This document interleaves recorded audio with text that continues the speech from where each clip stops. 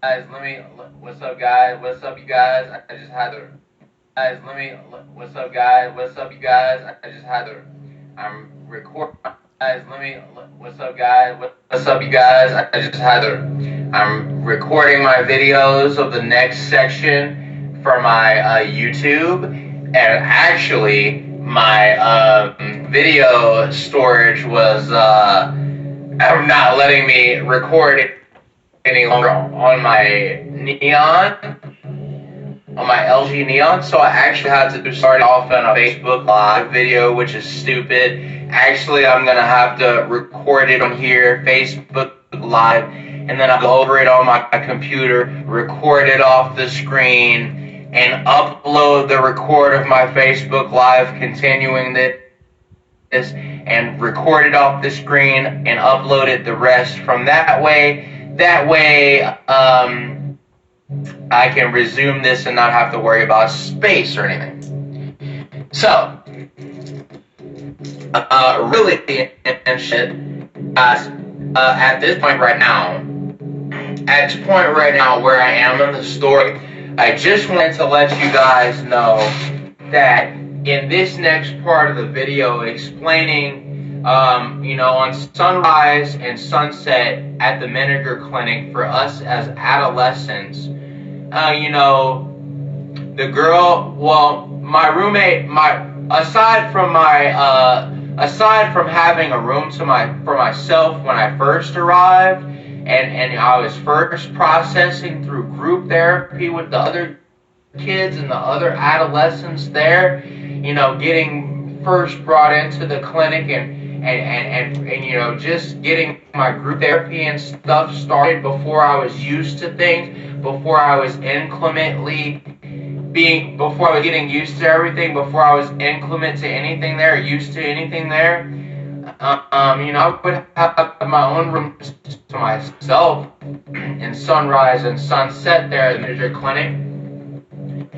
And I was aside from having my own room to myself, like I just explained to you guys, there on sunrise and sunset, one of my roommates there, eventually, after I had been moved from my own room to myself, which I had 2 or 3 different rooms there to myself for the year that I lived there. So when I would have changed from having one of my own rooms to myself, I would have to move everything out if I was to get a room with a roommate, which would be having a roommate, not really nothing at all. So one of my roommates as an adolescent there at the Menninger Clinic, his name was Charlie. And Charlie had like really long hair, like I have long hair now. But as an adolescent, you know what I mean? As an adolescent, me and Charlie were roommates together as adolescents there. And during the time that I was there roommates with Charlie, he had really long hair too. Oh yeah, Charlie had long hair too. He was cool as fuck. He was a really sweet kid like me. Me and him were the sweetest kids there. You already know that me and Charlie were some of the 2 of the coolest kids there. So during the time that me and Charlie were roommates together, we were we had the room together. We were roommates, and we were next to a girl named Andrea, and her name was Andrea, Andrea. And I don't know if it's really relevant because we're adolescents, but during our time living there at the Menninger Clinic, if anything ever, we were never allowed to disclose the identities of whoever else was there at the Menninger Clinic. No.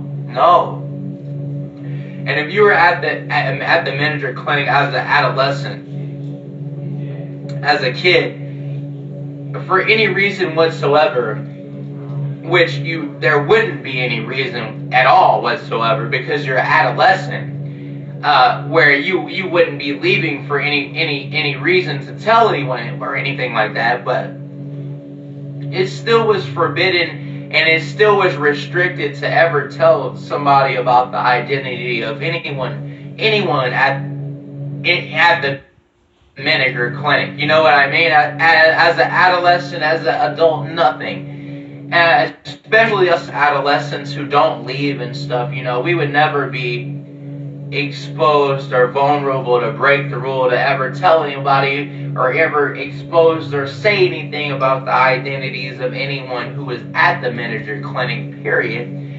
Because we're adolescents and that's a rule that we just won't break. It's not saying the identity of anybody that was there, you know what I'm saying? So during the time that me and Charlie were roommates, after I, had my own room for quite some time, and me and Charlie were going through the ropes and stuff, we were roommates next to a girl named Andrea, Andrea, and her name was Andrea. And what me and Charlie did to cut up in there is we knocked out, we got the one of the receptacles or one of the plugs. It wasn't an electrical plug, it was some type of cable or internet modem plug. It was one of those internet modem plugs from one room to another. And I mean, this is a high-tech, expensive-ass room, a high-tech, expensive-ass building with expensive-ass shit, with expensive-ass everything. You know how it works. When they put those internet cables in the wall, you can pull the plating off and poke it out, and you can communicate to the other side of the wall where it's these rooms like that, where they have these hallways where it's sunrise and sunset, where sunset is like that and sunrise is like that in the Menninger clinic. Well, our rooms next to each other sometimes would have like cable, or not cable, but internet and some type of Ethernet plug or anything. So me and Charlie knocked out the Ethernet cable to my room. We didn't knock out the whole plug. We pushed it enough through to communicate to Andrea next door to our room, so we could talk to her all night and day, all night and day. And Charlie was there bringing pussy in the room. He was getting Andrea to do pussy on a Kleenex, and she's stuffing it through the modem plug so he can handle his business with it in the bathroom or whatever. I didn't do that. Andrea and Charlie did that. I didn't do that. Andrea and Charlie did. I didn't do that. So anyway, when me and Charlie and Andrea would talk all night and day, and we had privileges to do that because of how we turned our cable, our Ethernet plug in the room into a hole. We turned it into a pop out where we could communicate into the other room.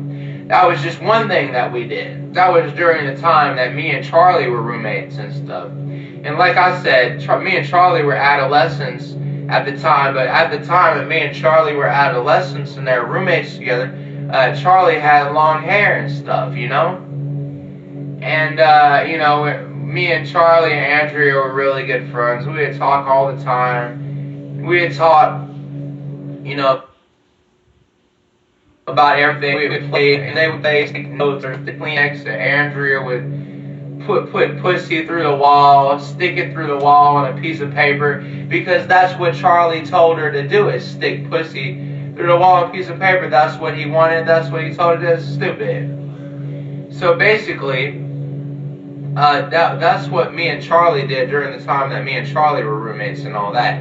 I had another roommate on my hall there on Sunrise and Sunset, and one of my other roommates was my good friend Aaron.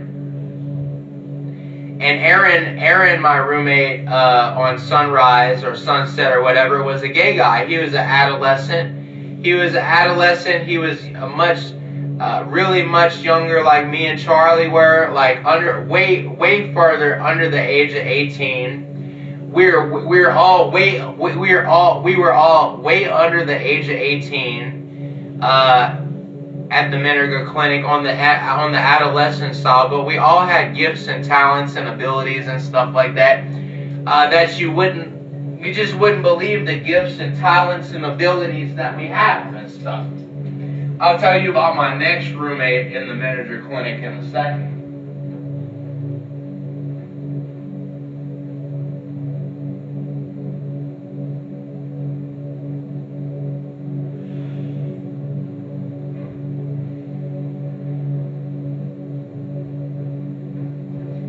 So guys, my next roommate at the Menninger Clinic, his name was Aaron. E-H-R-E-N.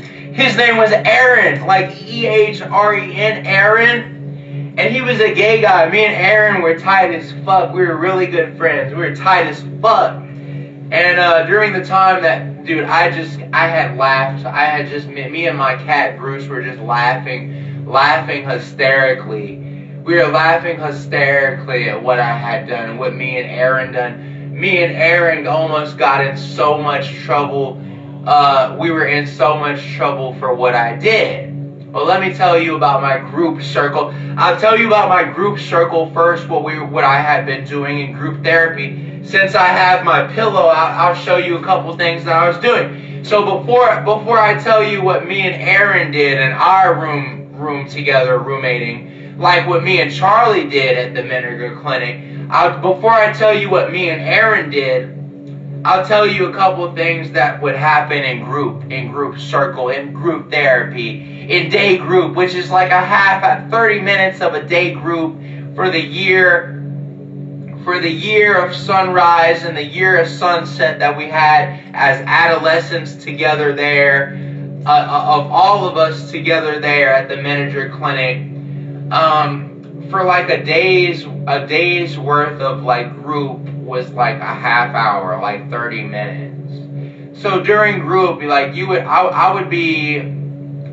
us there in group circle in day group or something in one of the little day rooms, like doing group or whatever for the 30 minutes it was, and like they had this girl there. I don't remember what her name was, but it was during the time when I was just like a pure, just the same as I am now, a pure-hearted, honest, gifted, just blessed, gifted, and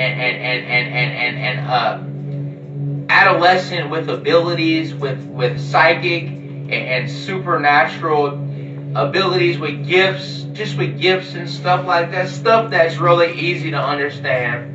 And some of the other adolescents, some of the other kids in the group, like I said earlier, had other problems, like compulsive problems, like had to carry around a water bottle, had to do something, had their own things to work on and stuff like that. So, something else I had done when I was at the Menninger Clinic as an adolescent, I would be in like group circle, I'd be in like day group, and I would be sitting next to one of my best friends there, one of the other adolescents, and it was one of the girls. And who this girl were like super, really, really clingy with each other, but not clingy in the sense of clingy, but clingy in the sense of, oh, I like you a lot. You know what I mean? I like you a lot. So, put it like this. The girl that it was there at the Menningers who liked me a lot, Jacob, she liked me a lot. Oh, she liked me a lot. Fuck! And like during group, all she wanted to do is hold hands and stuff. All the girl wanted to do during group is hold my hand. So during group, we would get a pillow. We'd get the pillow off the couch. And during group, we would sit on the couch with the pillow in between us, like that. We would sit on the couch with the pillow in between us, and we would be holding each other's hand, right? So before I tell you what me and Aaron did, I'll tell you what my other friend, the girl there, me and the girl there were holding hands. but nobody is erect or jacking off. Nobody's masturbating. We're adolescents. We haven't even hit puberty yet. We're holding hands as boy and girl, as friends, as adolescents. What boy and girls do, hold hands as friends, and there's no puberty. There's none of that crap involved, right? So we're just sitting, me and the girl and the Menninger clinic are sitting in day group. We're just holding each other's hand with the pillow between us, and the group of all the adolescent kids they all knew we were holding each other's hand. None of them cared. None of them were gonna say anything, but they let us do it. They let us do it until we got caught. And they went, Jacob and what's her name, are y'all holding hands? And we went, yeah. And they went, stop holding hands. Give us the pillow. Or we held hands for like the whole thing, and then they finally made us stop doing it or something, like, you know what I mean? So during the time that we were holding hands in group, and before what I'm going to tell you, my next roommate, the gay guy, Aaron, before I was with my next roommate on Sunrise and Sunset there in the adolescent division of the Menninger clinic, before I had my next roommate there, I'll tell you what I did. Well, I'll tell you what I did. Me and my friend, that's the girl, did. I'll tell you what we did. So we have to go to the next part. So there's a Sunrise is the hall this way, and Sunset is the hall that way. There's Sunrise and Sunset. Then we have the big day room. It's like a big ass day room, expensive ass big ass day room. And this big ass expensive ass day room is like where all the treatment is done for the adolescent. And the hallways come down like this to the day rooms, the big ass day room. We have our pantries where all our snacks, where all our juices, all our foods are. There's a TV on a cart that we have, a Nintendo 64. We can play Mario Kart 64. We can play any of the 64 games on the Nintendo 64 on the TV. I had a Game Boy Advance SP in my room. I could play Game Boy Advance SP in my room if I wanted to. I could play Mario Kart Super Circuit SP. I played Golden Sun, the whole 9 yards, you know? So one day, me and that girl that were holding hands in the group, where we were holding hands with a pillow between us, one of the days that me and the girl were holding hands, I don't know if it was the same day, but it was me and her. That's the girl I was with. And me and her were really, really good friends because it was boys and girls together. It was mixed. They wouldn't separate us. We're all together. If we were roommates, we would have a roommate with the same sex, not the opposite sex. Like I said, me and Charlie's room, we roommates together. Me and Aaron's room, we roommates together. We had girls next to us that we could poke out the receptacle and talk to, or pass a note, trade something with, or pass something to, whatever. So one of the days that I was holding hands with that girl, the girl that was, I don't know if it was the same day or not, we were going outside the glass door from our day room, the room with all the cabinets to all our food and the TVs and the big lounge area and the medicine counters and the medicine areas and the food areas and the little medicine counter in the corner of the Menninger clinic, and it's the TV on the corner of the side of the hall. Yeah, the TV is on the corner of the side of the hall, and then it's the bigger TV in the whole day room. Well, one of the days that they opened up the glass door and we go outside into the courtyard of the Menninger clinic. This is the courtyard area where us, the adolescents, would go out to. You know, like I was talking about earlier, here at the Menninger clinic, if somebody was to throw a cigarette or a Black and Mild, like a Black and Mild cigar or a cigarette on the ground at the Menninger clinic, at the clinic, none of the counselors are going to finish taking every puff of the cigarette of the black and mild cigar. No, they're not going to finish every puff of it. No. So what happened was the counselors or whoever it was that was smoking outside, when me and my friend, that girl, were walking out, we were walking around outside holding hands.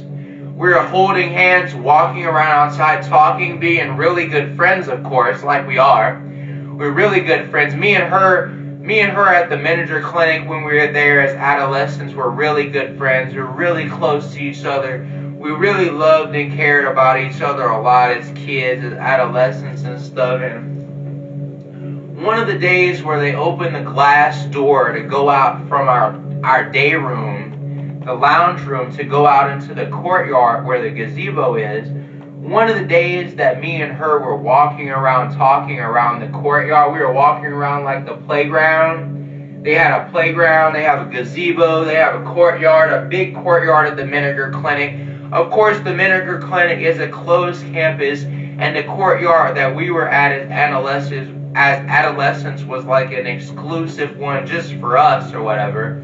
And the only way you could access this courtyard was from our wing, was like from our wing of the adolescent side. And I mean, the day that me and her were holding hands and then went out another day to walk around together, that we were talking and concerning and caring for each other and consoling, we're consoling each other. Oh, absolutely, I cared for the girl. Absolutely, I was there for her. I'm still there for her today. You know, the only thing we've done is we've grown up a